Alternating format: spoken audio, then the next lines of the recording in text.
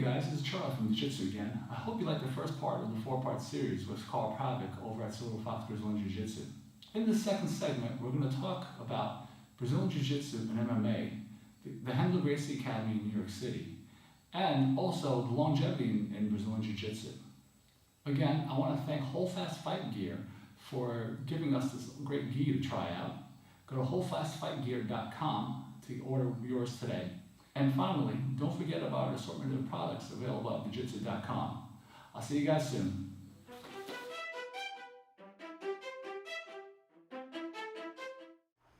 So, the Gracie Academy has a sea of amazing homegrown talents such as Ricardo Maida, the Sarah brothers, John Danaher. Names can go on and on. And in addition to the homegrown talent, the Gracie Academy gets a lot of visitors too. Of the visitors, who's impressed you the most and why? You know, it's funny, the visitors, it's a question who is a visitor.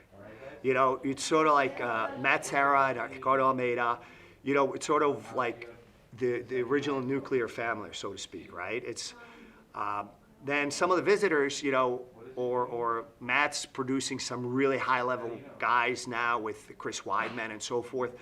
You know, I consider those guys sort of part of our family. They're our cousins.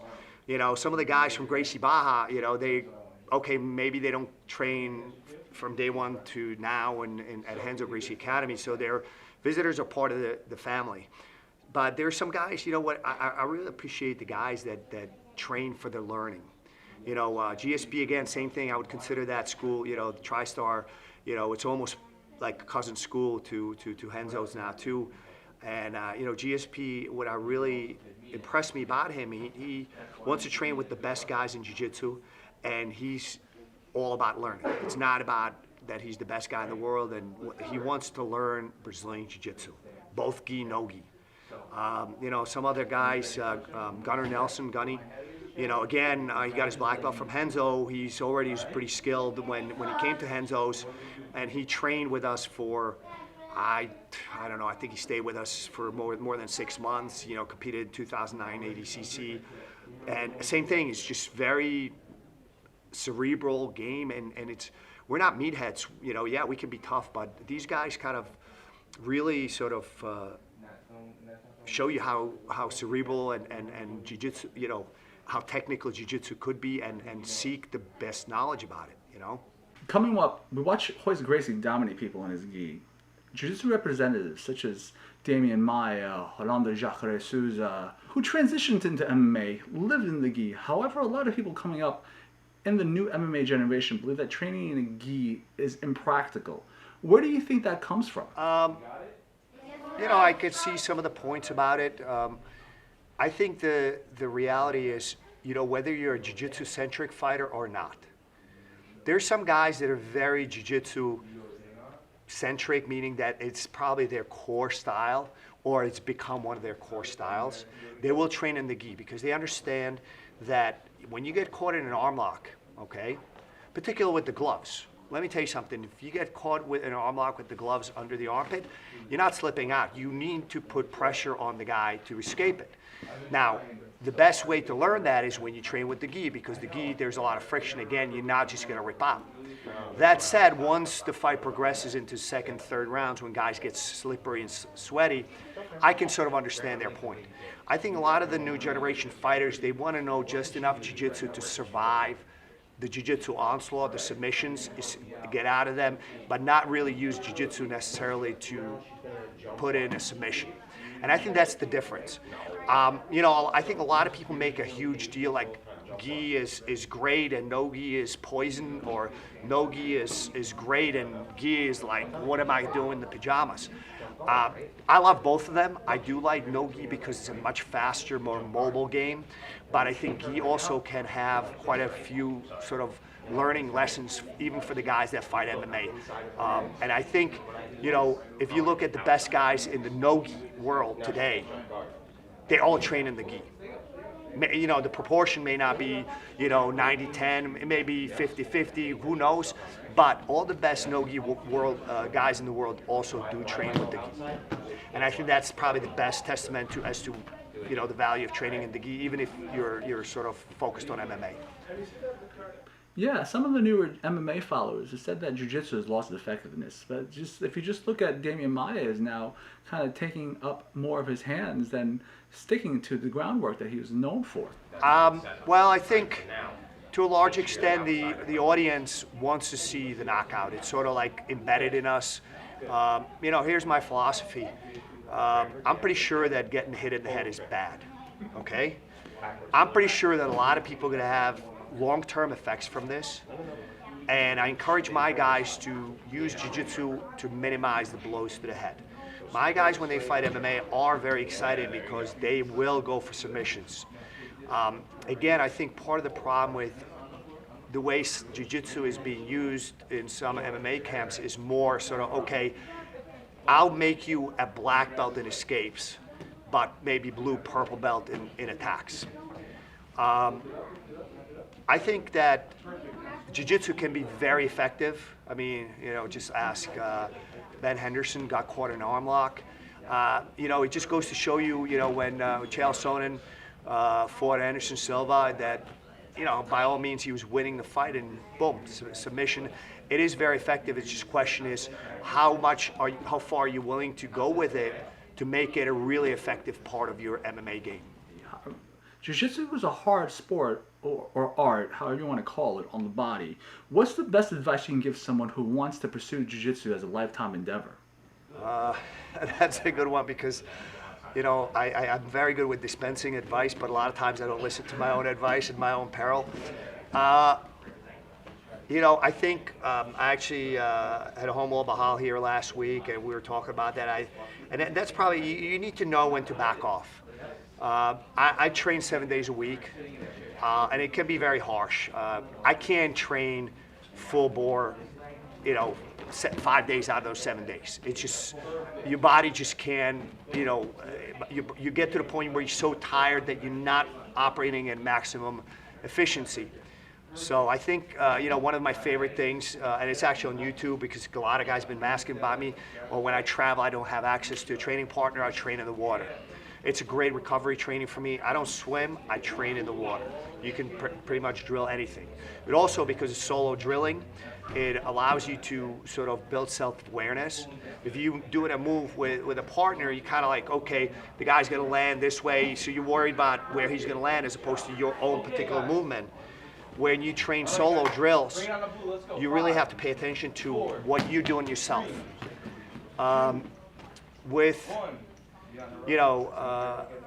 That's really good for me. If I get banged up, I train 3 days in the water, and when I get back on the mats, I'm sharp. I really need to, I think people say, you should rest, which I think is a great advice. Unfortunately, I don't take it. Because most of us are nuts. It's sort of our drug, so you just need to know how to use that drug properly without going off the rails. So when you say training or drilling in the water, what type of movements are you using? I usually do what I think I need to work on at that particular time in place. So for example, if I am trying to, one of the moves that I'm going to be showing later is I've been doing a lot of this bolt cutter, sort of urigatami, upside down arm lock attack. This thing worked so freaking beautifully for me for 6 to 9 months, like a charm. Guess what? Guys start to catch on. They start to figure out counters. So my counter to that is what they do is they retract their arm and go short arms. My answer to that is just, again, it came up with training in the water, sort of playing with some movement. So now I drill, just push the guy, windshield wiper on my feet, come up on top. So I drill counters to my moves that people have come up with. You can drill arm locks, you can drill flying arm locks in the water. It's going to be a lot easier than drilling them on the mats.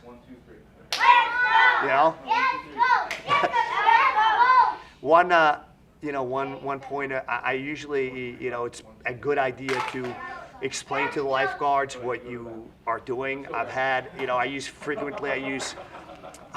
public pools.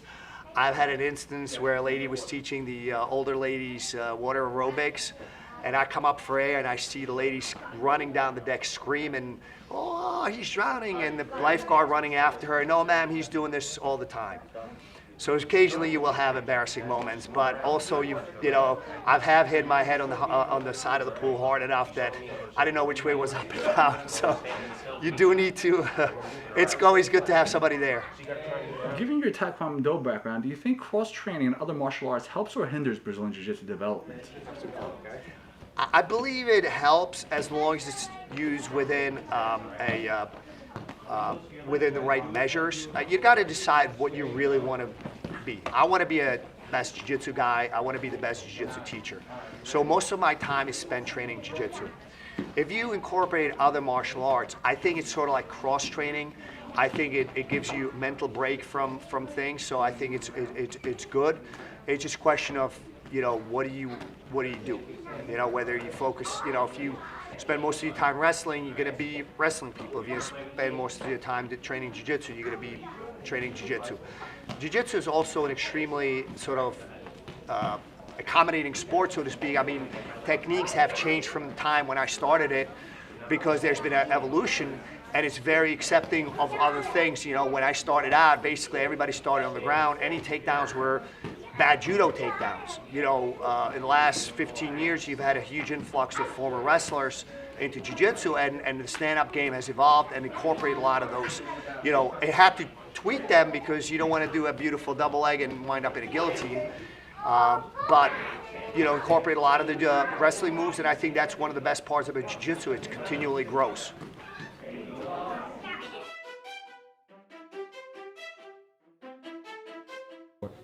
All right, guys, this is one of my favorite follow-ups. You know, being from the Gracie family, you know, I like guillotine quite a bit. But, you know, a lot of guys, you know, you get caught in enough times, you know, a lot of guys are getting very good with the defenses. The most common defense is when they drive their hips up, or they literally just, as soon as you hit it on them, they flop to the side to open up the carotids. So I have a very nice, lazy follow-up. When I go for the guillotine, I drive into the guy to open up his neck. As he drives back, I put it on. Joe defended by basically flopping to the side. What I'll do, most guys will try to block your hips from coming up. If they don't, I'm coming up. You still have that option, but me personally, I'd rather finish him with minimal effort at this point. So what I'll do is I disengage my right hand, switch over the top, connect in a rear naked choke type of grip, bring your elbows together, and then just start, follow up, and your body does the work. This is one of my favorite and probably the laziest follow-ups on a failed submission. All right, guys, this is one of my favorite follow-up attacks. Again, being from Gracie family, I like guillotine quite a bit. I use it all the time. Unfortunately, a lot of guys are catching on, so I have to come up with a follow-up to catch them at their escapes. The most common escape is when you hit a good guillotine attempt is where the guy flops on his side. If he flops on his side, basically what he's doing is he's opening up the carotids. So when he does that, I switch into the anaconda choke. I prefer no arm in guillotine. If you do arm in guillotine, it's even easier. The transition is even simpler. All right, so I start with the guillotine. I drive into the guy, open him up.